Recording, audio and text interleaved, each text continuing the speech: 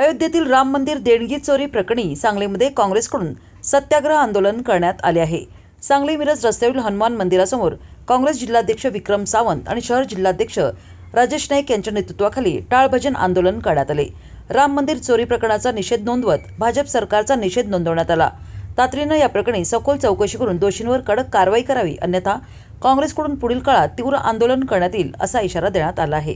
नेते आदरणीय विक्रमदादा, त्याचबरोबर सर्व जिल्ह्यातले कार्यकर्ते व शहरातले सर्व कार्यकर्ते, पदाधिकारी, नगरसेवक सर्व उपस्थित आहेत या आंदोलनामध्ये।